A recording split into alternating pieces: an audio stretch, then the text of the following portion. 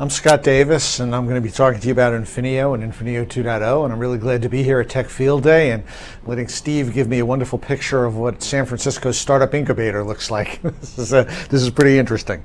So we're going to be talking about Infinio today. I think some of you know a decent bit about the company, but I'm going to review for the audience both what we're about, the technology, before we dive into what's new in 2.0. So the 2.0 announcement, as Steve mentioned, has already been getting some notice, and one of our audience here, blogged that we are using pun on infinity, that we're light years ahead of the competition. So who are your typical startup? We're venture backed by high-profile firms in the Boston area. We've done 2 rounds of funding to date, raised $24 million. Myself, I'm from VMware. Our management team has lineage from Veeam, NetApp, Dell, storage in particular, Dell EqualLogic, and Deca. And we have broad-based adoption across various verticals, both from industry-wise and use case-wise. And the use case-wise, we're going to delve into quite a bit during the presentation. We're in revenue. We've been selling for about 6 months now. We have dozens of customers, several in the Global 500, and we already have several repeat customers. So that should say that the technology delivers value, and we're expecting to broaden that with the new stuff that we're showing you. So why did I join Infinio? Some of you may know me from past lives. And so I decided about 6 months ago that it was time for me to make a change. And I had done startups before my roles at VMware. And I had opportunities to found new companies, but what I really wanted to do was I really wanted to join a startup that was right around going to market with its version 1, that I felt had a really compelling core technology as well as business model, and that I could then provide acceleration to and help drive the subsequent versions, the 2.0, the 3.0, etc. And I got introduced to Infinio, and it was a perfect fit there.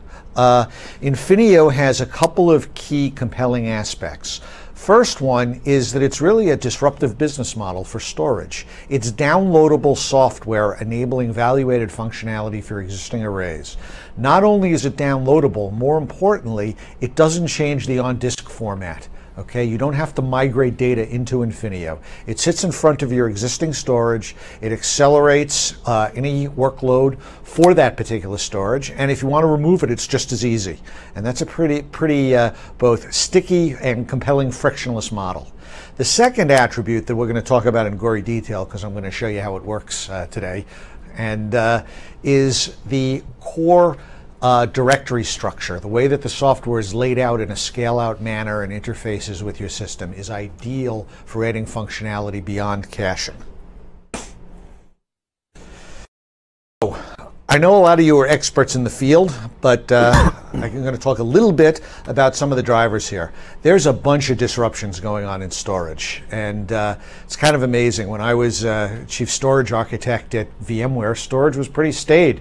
You know, stuff hadn't changed in a long time. And then while I was EUC CTO, all of a sudden storage exploded. And there's multiple drivers for that. One of them is, of course, virtualization itself. The aspect of consolidating workloads on servers, migrating workloads around, the I/O blender effect, thwarting caching strategies and performance strategies in existing arrays, the whole movement around cloud and scale-out partition data models, all of these influence storage. But also, of course, is flash. Okay, new attribute on the block, new medium on the block. And flash gives you an order of magnitude faster latency. Used to be that storage, spinning media, was far and away the slowest device in the computer ecosystem, in a computer architecture. So flash gives you much lower latency and higher throughput, except it comes at a cost, both economically and complexity-wise. Storage software in particular that needs to handle flash has to pay careful attention to a lot of what I call the quirks around flash. And I won't be going into all of those here, but I'm talking about the wear leveling, write amplification, the number of processors that you need for parallelism, all of those kinds of things affect the actual throughput of flash. And applications in general have changed. We're no longer talking about the three-tier client-server applications, and applications are now scale out using spanning CPU. We're not speeding up processors, we're adding more processors. Each generation has more addressable memory, so we're becoming memory and processor rich that needs to service these new IOs. So all of these things are putting pressure on our classic storage arrays. And is a set of new architectures, okay? In order to make this simple, and I know you guys, I think, know most of this, so I'll just go fast, is storage side processing. These are your classic traditional arrays, okay, only adding flash to them. We have hybrid arrays that typically add flash as a write log, as a read cache and a write log. And we also have the family of all flash arrays that's pretty hot at the moment with vendor debate going back and forth. But these actually share the architecture of the traditional arrays, pretty much. They look a lot like, for the most part, our traditional old school SAN and NAS arrays. Another trend, though, that's going along with cloud and scale-out architectures is actually using server-side processing, so-called software-defined storage. And this is running your storage stack on the same virtualized servers that's running your workloads, and making use of server-side resources, the processors and memory, and direct attached devices such as flash and SSD. A variant of software-defined storage is what we're now calling hyperconverged infrastructure. And I maintain that hyperconverged infrastructure, and this is classically big news today from Nutanix on their raise, or VMware announcing Marvin finally coming to market as Evo Rail and Evo Rack. But I primarily think of hyper-converged infrastructure as three-quarter sales tactic and only one-quarter technology. It's basically software-defined storage packaged differently. And it means your storage stack is running in the server. Then there's a fourth variant, and that's where Infinio fits. And this is what an analyst that I'm not supposed to name that starts with G and ends with an R, and we can boo and hiss if you'd like, calls I/O optimization, which is server-side software that is providing value added on top of your existing storage stack, but it is not exposing entire data stores. It's providing value-added features to your existing storage. So why is server-side interesting? Well, number one, it's running where the application is running, so you can have lower latency. You can also make use of what's in abundance. As systems advance, you really use of what you have that's prevalent, the resources that are in abundance, in order to mitigate what's scarce. And CPU and memory is abundant, and I/O throughput, I/O latency is scarce. So that's a good trade-off. And by using resources that are in abundance on servers, as opposed to what's on storage arrays, you can exploit that capability. Okay. Also, servers are more commoditized. The server hardware has been more commoditized with lower margins, so the hardware is cheaper than what's historically been going on with dedicated storage array controllers. So what do we figured out at Infinio? Well, in Infinio, applications don't look like monolithic apps or three-tier client-server apps anymore. They look like grid or cloud web-scale applications with partitioned data, processing large data sets a la big data. We also are taking advantage of some observations. Now, I mentioned flash already. Now, one of the misnomers around flash is that, yeah, it's really fast, but if you start factoring in flash that has a lot of data written to it, number one, so it's well used and needs to be erased, or you're doing many IOs in parallel where you need to leverage more processors for it, flash is not as fast as it's cracked up to be. It can be as lengthy as a millisecond in order to handle writes. Quietly, though, number one, so even though that's an order of magnitude faster than hard drives, memory is still an order of magnitude faster. Memory is still in the nanosecond range. And more surprisingly, remote networking, which is what enables a lot of these next generation storage architectures, not just Infinio, remote networking on 10 gigabit E is actually pretty predictably, with the TCP/IP overhead, in the 50 to 80 microsecond range. So that means that remote networking, remote memory, is actually as fast or faster than flash is in a lot of ways. So we'll come back to that point in a moment. We also have, in a virtualized environment, the data has different addresses on disk, but there's a lot of commonality. We're copying, we're reading the same content over and over and over again, but in different locations. And that's especially true with VDI environments, something that I'm pretty familiar with. So we're exploiting all of these things at Infinio.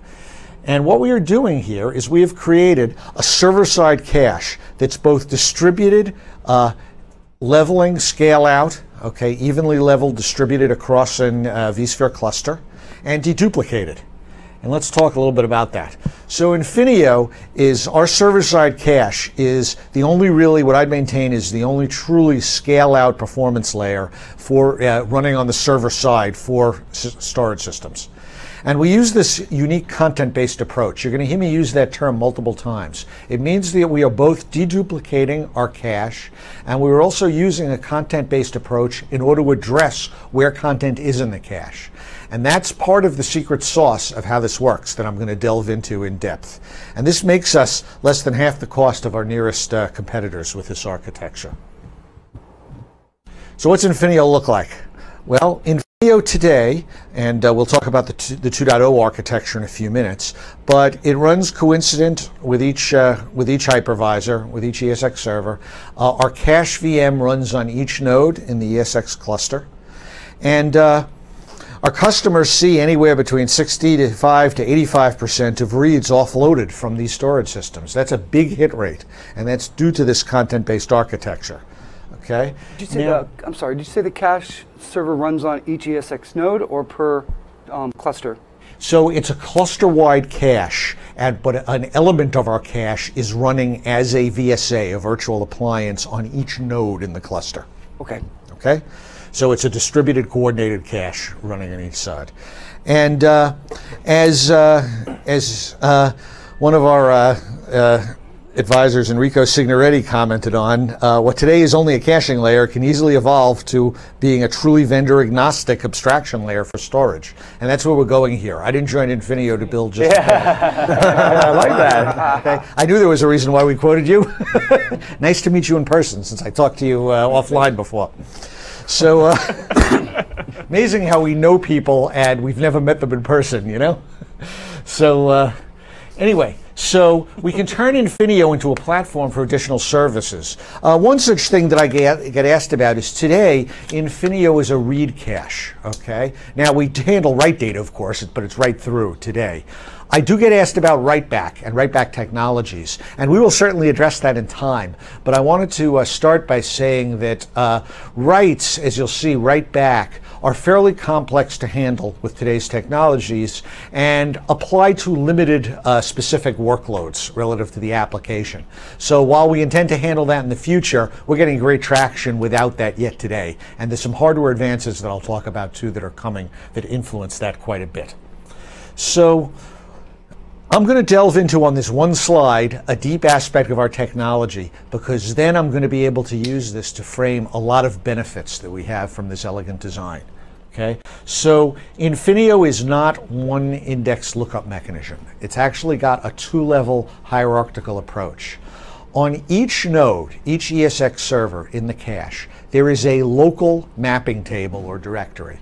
And that local mapping table is mapping from a VMDK ID and offset to a hash signature.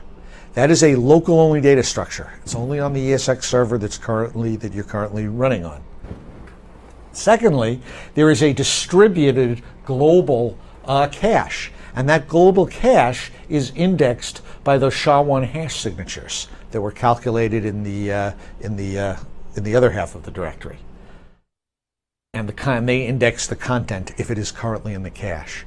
This design is absolutely key. I want you to keep this in mind because it's what enables our pure scale-out approach that is differentiated from anybody else's approach. So this true scale-out design, work number one is shared completely equitably by design across all the nodes. Content is not co-located on the node that's actually running a particular VM at any point in time. It's spread out across the cluster using that design that I showed. We're leveraging the fact that I gave you the performance numbers around remote network memory so that you can fetch from other nodes very quickly. And that design gives you linear performance increases as you add more nodes. It also gives uniform distribution of work, and that's preserved across changes, be that nodes going away, data stores being taken offline or stopped or moved from the cache, even vMotion. Okay, we preserve the cache across vMotion seamlessly, which is a very difficult feat to do with a physical cache.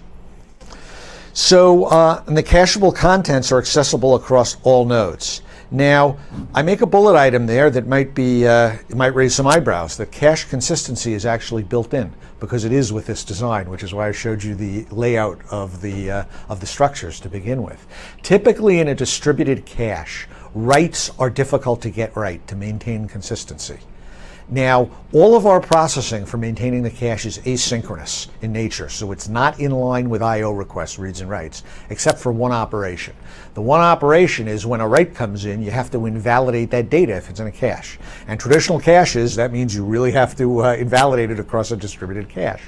With Infinio, though, because we're content-based, so that VMDK address and offset, okay, I don't have to invalidate the contents from the cache. I can let that sit because all that I have to do is I have to delete that local portion of the directory that mapped the VMDK and the offset to the hash signature because the hash signature changed. It no longer has that content. But now I can let the normal caching mechanisms age that block out of the cache. That is a really simple, elegant way to really efficiently handle consistency in a distributed cache. And it's due to the design that I showed on the prior slide. How are you hooking into the hypervisor? So you're another layer on top of it. I take it you're hooking in at a lower level to get these instruction sets. What's the tie-in? So great question. So in our version 1 product, which is NFS, we're an NFS Proxy, meaning that we are masquerading as the NFS IP address of your NAS storage array. So in the storage stack in vSphere, the NFS client is talking to our VM instead. Now, that's not how our version 2 is going to work, and Peter was going to cover this, but since you asked, I'll mention it, and Sorry, Peter. He can slap me inside the head later. So the way that the cache will work with our block product is that it's a very efficient hybrid cache. So it's going to be a PSA, what's called PSP plugin in vSphere, so it will run in kernel mode with the multipathing layer in between the class driver and the port driver in the lower levels of the ESX storage stack. And it will quickly in kernel mode make a decision whether something might be in cache or not. If not, it'll go right on, still in kernel mode with no switch to the VSA or the virtual appliance. If it might be in cache, we will then communicate with the VSA from that kernel mode component. And that's a great split because it gives us maximum address space for the cache running in the VM and multiple capability for heuristics and things that we're going to talk about, but be most efficient for the block. Okay? So that's how we work today. Also of note is in the future we will support VMware earlier this week announced what had been a private program before around I/O filters, and we will certainly be embracing that when the time comes as well. How do you deal right now with failure scenarios like loss of access to the agent VM or any of the other, like what are the failure domains that you've already accounted for and that are redundant against? Yep. So great question. So the VMs or the cache can fail at any time. If a VM fails, we have a watchdog, a heartbeat mechanism basically that's communicating via our distributed communication. We'll detect that a node went away. Okay. So if it went away, those pages get dropped from the cache. And now the only side effect is that, over time, the cache will rebalance to the new side. So it'll influence the heuristics of what we push out of the cache or not. And you now have some entries throughout the cluster, A to D entries, that might map to content that's no longer in the cache. But we will handle that fine. I didn't cover it, but there's a mapping between the SHA-1 hashes in particular nodes. So that mapping will be rebalanced when the node goes away. We also have the capability, if there's an internal failure within the VM, like a communication failure goes down, right, or we can't access resources on that particular node, we will drop the cache out and still allow pass-through to storage. So if you're still running workloads on that node, even if it went away, you can still access content even though you don't have the cache there. It's just not going to be as fast because you're not fetching out of the cache. Yes, your worst case scenario is you're no longer accelerated. Correct. That was the plan. Exactly, and that's what it's designed for. Is there any plans, and I don't want to bust up your schedule, but you may talk about it later, with the move towards VIO and away from the PSA? Is there thoughts on, I guess that's kind of a 3.0 question. I hate to rain on your parade when you just launched 2.0 or about to. Well, 2.0. So the VIOS stuff, I could talk a lot about it, but brief, but without derailing this. Yeah. Oh, yeah. I wonder. Okay. So anyway, what I was going to say is, well, for the first version of our block product, the VIOS stuff is number one vSphere. What it'll probably be called 6.0. It's right. vSphere 2015. So it's not immediate. And there's a big market out there of installed base, okay? Right. So we need to support the block mechanism with the PSA filters for the market, and we will in time add the IO filter support as soon as we can. Great. Okay? But that's why it still makes sense to do the PSA first. So let me show you what the deduplicated cache looks like, because it's both content addressable that I showed, but it's also dedupe aware. And that's really important. We're only caching content once. We're dynamically determining it. So we're using the processing power available with these servers, with all these cores and sockets. We're using a small amount of CPU, and we're using a small amount of memory on each node, and we're doing calculations asynchronously but in line to calculate these signatures. And we're determining like content across the whole cluster.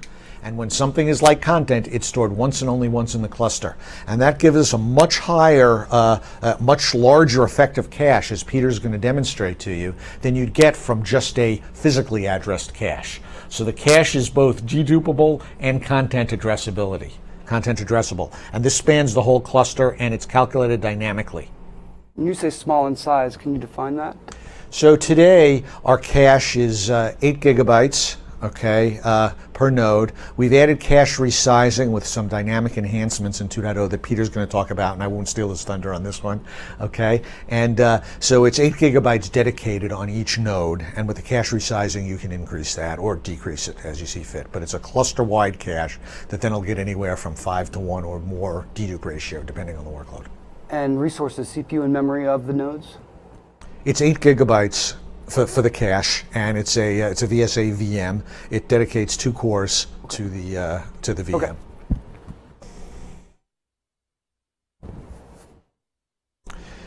Now, this dedupe in action, it affects many workloads, and we have customers doing many workloads. I wanted to illustrate 2 of the ones here.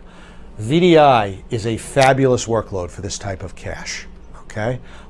In particular, VDI images have a huge amount of common content. Gold master images, the Windows operating system that's running, the applications that are running across the cluster are typically common. Common user files, the vast majority of the files involving VDI are common. Now, VMware has a static technology that I actually was the inventor of years ago called View Storage Accelerator, and one question I got asked is, so how does this differentiate from that? View Storage Accelerator is static in the background, and it only does on a given ESX server the boot image. We're dynamic, and we do the entire workload based on real caching heuristics. So it's more powerful and it's dynamic. So this is great use case. We have multiple customers that Peter's going to talk to that are using us for VDI with both the Citrix technologies and desktop and XenApp, as well as VMware Horizon View. DevOps is another great use case. Lots of different source code with small amounts of changes between them, building them, the temporary files that get created with the compiler, test automation on the same code. These are all data sets, test data sets. These are all great examples of shared content, and we have some great results there. And in order to give you more meat, now that I've covered the architecture on exactly what the customers do and the 2.0 architecture, I'd like to introduce Peter Smith, my partner in crime and our VP of Product Management. So let me get back to these use cases real quick. Sure. Have you seen any customers deploying Infinio in a backup scenario? What do you mean a backup scenario? So for instance, to speed up restores of virtual machines back into the production environment. Nothing specifically targeting that use case. But would that actually accelerate the backup as well, the restore? So it depends on what's being backed up. So if you're saying that you're going to do incrementals always or differentials, for instance, then what that speaks to is the fact that that's recently changed content. Right. So it's likely in our cache. Yeah. So if you're doing a differential or an incremental, I would estimate that, it would improve the performance. A full backup, however, I wouldn't expect that to be the case. Kind of curious to see what it would be like with Veeam replication jobs. So anyway, it would be great if you guys just sort of kept the questions coming. I think it'll help with our online viewers to have context around the questions as they come. We'll also have some time at the end. If you want to hold questions, it's up to you. So what Scott was mentioning about VDI and DevOps, we've got some great customer use cases here. Around 30% of our installations are actually VDI. Another third are this DevOps use case, and then a more general enterprise mix workload. In the case of NSA, they saw 61% offload using the default 8 gigs per ESX host. And the reason that's interesting is because at 61%, it was compelling enough based on the performance improvements to the actual desktops that they didn't feel a need to resize it. They left it at 61% offload, and they're actually getting a user experience that you can feel a difference in. On the DevOps side, one of the largest consumer packaged goods companies in the world does all of their dev tests on us, reducing their build times from 2 hours to 15 minutes. So clearly, the engineers noticed that change. But none of that actually matters if it takes a lot of effort to use a product. If you have to retool your operations, you have to change how you do backups, change how you do replications, snapshots, all that stuff. That's a lot of friction. With Infinio, it's completely transparent to the underlying storage system. The ESX hosts, they don't know that Infinio is there. The storage system doesn't know that Infinio is there. Infinio sits there transparently optimizing the storage I/O, making it so that your data store configuration, it remains unchanged. Snapshots and replication, no change. Backup scripts, patching, vMotion, DRS, maintenance mode, none of that stuff changes. And taking this one step further, VAAI. So you paid a lot of money for some super high-end storage-side snapshotting. This solution is fully VAAI transparent. If you have those jobs doing snapshots, dispatching them to the back-end storage, Infinio handles that. You don't have to make any changes. And the reason is because we don't change the format of data on disk, right? That's what makes it so that we can slip in and out of the I/O path. So we take all of that simplicity, that transparent operation, and we wrap it in a single button to accelerated data store. Just one button push. One button push to resize the cache, even one button push to remove the entire product from your environment. Fully automated. And I'm going to demonstrate that in a minute. So what are our customers saying? Minara, they're saying that Infinio delivers a performance change that the users can actually feel. It's not about milliseconds, it's about, wow, that's faster. But Van Lines, they recognize that memory is a finite resource. And to be able to do what we do requires very efficient use of those resources, the deduplication that Scott was talking about. And they recognize that it's because of that that they can get the results that they see in their VDI environment. Ativio, this is actually a split environment. They have their dev test, all build automation, as well as an enterprise mix. They see, and you're going to see a screenshot from them in just a minute, they see sustained offload rates of 90+%. There are periods of time where they see 21x response time improvement because of Infinio, just using software and memory. So this is a screenshot that is clearly very washed out. But this is our old UI. It's going to be sort of a startling contrast to what I'm about to show you on the new UI. But what you can sort of see here is that they're seeing a 5.7 time improvement on response time over this period. They're getting 95% offload. Over the last 24 hours, they saw 85% offload. This is the deduplication rate that they're enjoying right now, which is, I think that says 4 point something X. So they're literally taking a small amount of physical memory and turning it into what is effectively a large amount of memory for caching. This is a VDI example.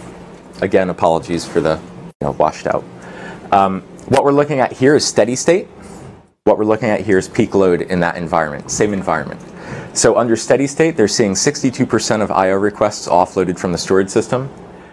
They basically cut their latency in half. Under peak load, Again, 2.5x improvement on response time, and they're getting a sustain of 83% offload. And again, this is just with 8 gigs default memory. They haven't even resized it yet. The last one, this is, I believe this is Ativio.